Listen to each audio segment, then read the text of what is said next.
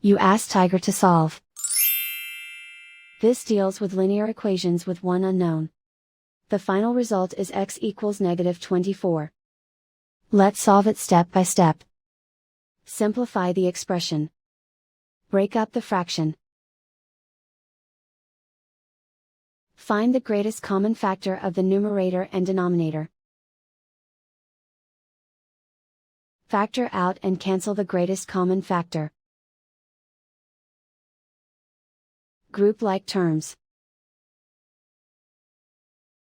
Simplify the arithmetic. Group all constants on the right side of the equation. Subtract 14 from both sides. Simplify the arithmetic.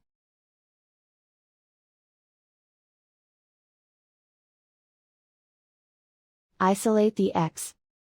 Multiply both sides by 2. Group like terms. Multiply the coefficients. Simplify the arithmetic.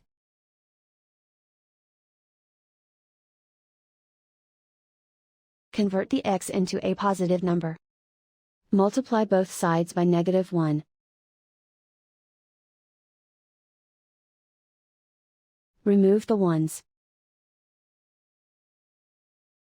Simplify the arithmetic.